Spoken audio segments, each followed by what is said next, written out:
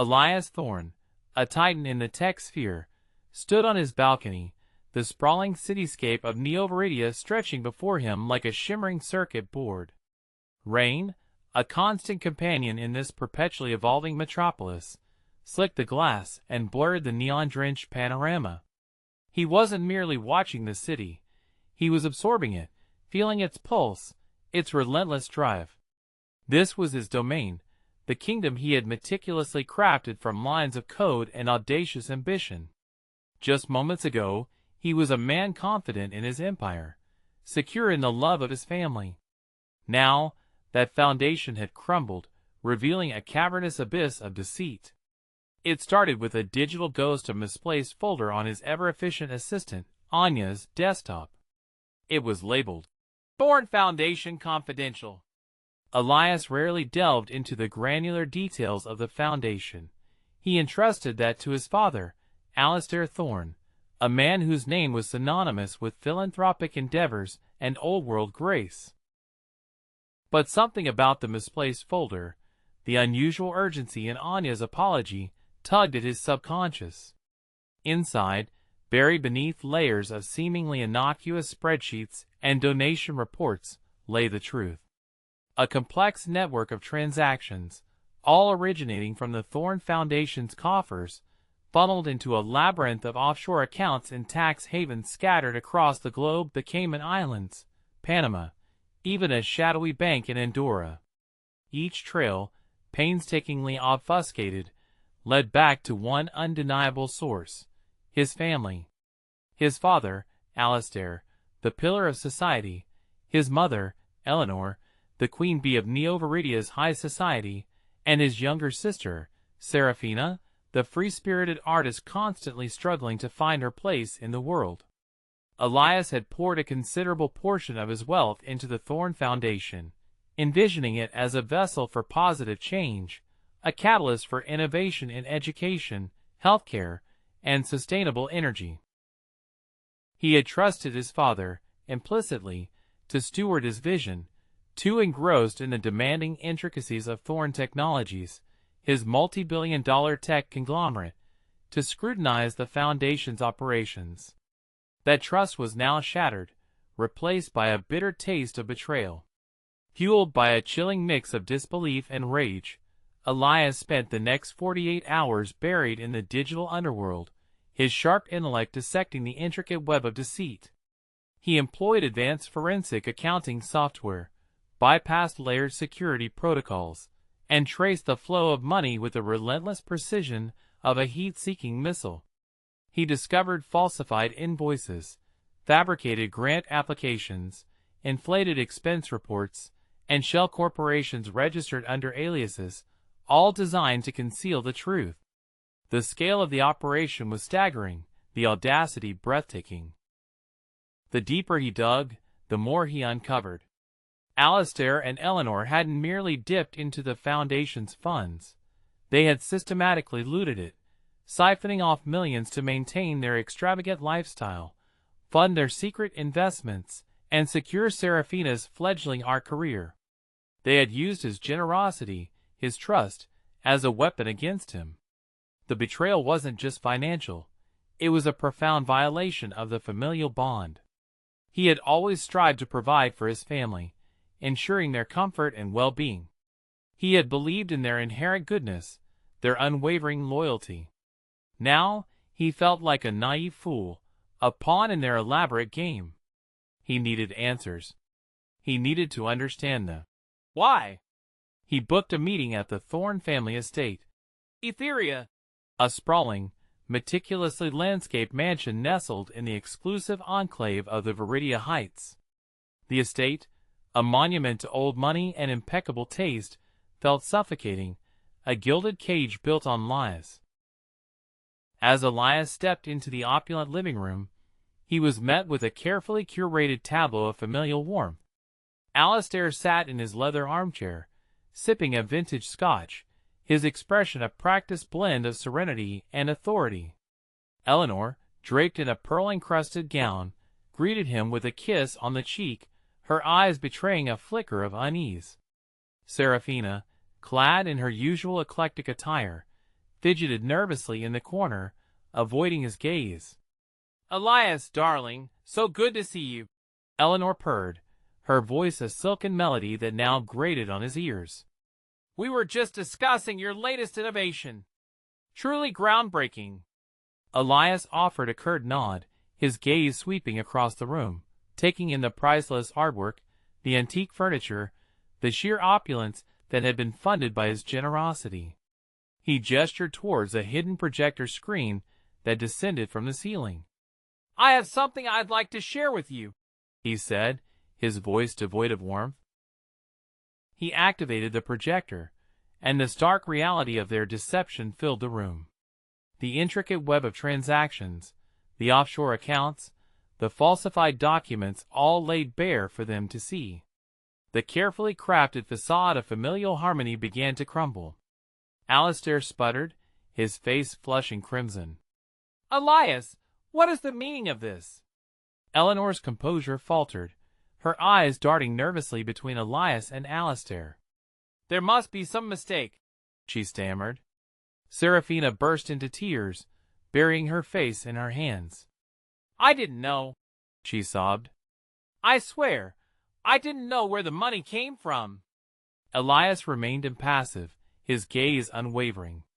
"Explain yourselves," he demanded, his voice a low, controlled rumble. Alistair, caught in the blinding light of truth, attempted to salvage the situation. He spoke of the pressures of maintaining their social standing, the exorbitant costs of their lifestyle, the need to secure Seraphina's future. He painted a picture of a constant struggle to stay afloat in the cutthroat world of Neo Viridia's elite, a world where appearances were everything. "We did it for the family, Elias," Alistair pleaded, his voice tinged with desperation. "To protect our legacy," Eleanor chimed in, her voice sharp with indignation. "You have so much, Elias. You wouldn't have even noticed. It's not like you needed the money." Seraphina, her sobs subsiding, offered a weak defense. "I thought it was just a family loan. I never asked where it came from." Their justifications were like poison, twisting in Elias's gut. They didn't see their actions as morally wrong. They saw them as a necessary means to an end. They had prioritized their status, their possessions, their own selfish desires over their relationship with him. "You betrayed my trust," Elias said, his voice a cold whisper. "You stole from the Foundation, from the people who needed that money. You used me." He rose to his feet, his expression unreadable. "I understand now," he said, his voice devoid of emotion. "You've made your choices." He turned and walked out of Etheria, leaving his family to wallow in the ruins of their deception. The rain continued to fall, washing away the pretense, revealing the hard, cold truth. Back in his penthouse, Elias initiated the process of severing their financial ties. He contacted his lawyers, revoked their access to his accounts, canceled their credit cards, and began the complex legal process of transferring the THORNE Foundation's assets under independent management. He was ruthless, methodical, and utterly devoid of sentimentality. The fallout was swift and brutal. The news of the embezzlement scandal spread through Neo Viridia like wildfire, fueled by gossip and sensationalized media coverage. Alistair and Eleanor were ostracized from their social circles, their reputations tarnished beyond repair. Seraphina's art career imploded, her exhibitions canceled, her works blacklisted by galleries. Their opulent lifestyle evaporated. Etheria was seized by the bank, its contents auctioned off to pay their mounting debts. Their designer clothes were sold, their exclusive memberships revoked, their world reduced to ashes. Elias watched from a distance, his heart a cold, hollow space. He felt no joy in their downfall, only a profound sense of loss. He had severed the ties that bound him to his family, and in doing so, he had lost a part of himself. He threw himself into THORNE Technologies, immersing himself in the relentless demands of his work. He unveiled groundbreaking innovations, forged new partnerships, and continued to solidify his position as a leader in the tech industry. He surrounded himself with loyal friends and trusted colleagues, building a new support system, a new family of his own making. Months turned into years. ELIAS remained estranged from his parents, their attempts at reconciliation rebuffed with a polite but firm refusal. He occasionally received emails from Serafina, filled with remorse and apologies, but he kept his responses brief and non-committal. He focused his energy on rebuilding the THORNE Foundation, ensuring its transparency and accountability. He implemented strict oversight procedures, appointed a board of independent directors, and renewed his commitment to its original mission. He channeled his pain and anger into positive change, dedicating his life to making a difference in the world. One day, a decade after the scandal, ELIAS received a call from Serafina. Her voice was older, wiser, and filled with a quiet dignity. "ELIAS," she said, her voice barely above a whisper, "I need to see you." ELIAS hesitated, his mind flooded with conflicting emotions. He had worked so hard to distance himself from his past, to build a new life free from the toxicity of his family. But something in Serafina's voice compelled him to agree. They met in a quiet cafe, a world away from the glitz and glamour of Neo-Viridia. Serafina was a shadow of her former self, her face etched with the lines of hardship and regret. She was no longer the pampered socialite, but a woman who had learned to survive, to rebuild her life from the ashes. She told him about her struggles, her attempts to make amends for her past mistakes, her newfound dedication to helping others. She had started a small non-profit organization, providing art therapy to underprivileged children. She had found her purpose, her redemption. "I understand if you can never forgive us, ELIAS," she said, her eyes filled with tears. "But I want you to know that I'm truly sorry. I was blind, I was selfish, and I allowed myself to be complicit in something terrible. I'll never forgive myself for that." ELIAS listened, his heart aching. The feelings that came over ELIAS were complicated. It was the end of an era. He felt as if he'd buried a part of himself that had been so integral to him, so intertwined. The betrayal had cut in ways that he couldn't easily express, couldn't easily convey. Perhaps the most difficult part was the disillusionment with the idea of a family bond. The blood that supposedly ran thicker than water had, in his case, seemed to thin and evaporate. "Have you spoken to Mother or Father?" She shook her head, her eyes downcast. "No. They are still the same, living in the past, blaming everyone else for their misfortune. I tried, ELIAS, but they are beyond reach." ELIAS sighed, a deep, weary sound. "I am not sure that I can forgive them." "Not fully." Serafina nodded, understanding in her eyes. "I asked for no such thing. Only that you understand that I am trying to make amends, to live a better life." ELIAS extended his hand, and Serafina grasped it tightly. It was not a full reconciliation, but it was a start. A step towards healing, towards acknowledging the shared pain of their past. Over the next few years, ELIAS and Serafina developed a cautious but genuine relationship. They met occasionally, discussing their lives, their hopes, and their regrets. ELIAS even began to support Serafina's nonprofit, providing her with the resources she needed to expand her reach. He still harbored resentment towards his parents, but he made peace with the fact that they would never change. He accepted that their relationship was beyond repair, and he focused his energy on building a future free from their influence. One crisp autumn evening, ELIAS received a call from his father's caretaker. Alistair was gravely ill, his health rapidly deteriorating. He had only days to live. The news struck ELIAS harder than he expected.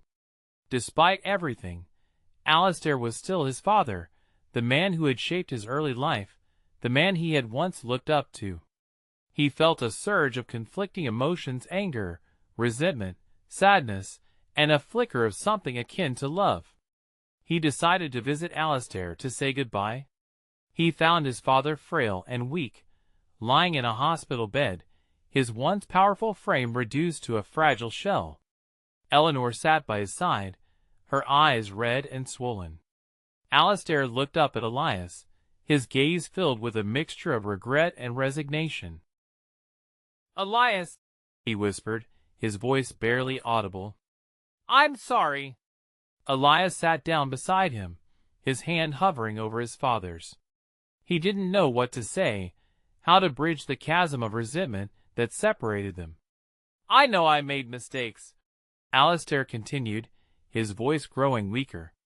"I was so focused on maintaining our status, on protecting our legacy, that I lost sight of what truly mattered. I hurt you, and I'll never forgive myself for that." ELIAS squeezed his father's hand, a silent gesture of forgiveness. He couldn't erase the past, but he could offer his father a measure of peace in his final moments. Alistair closed his eyes, a faint smile playing on his lips.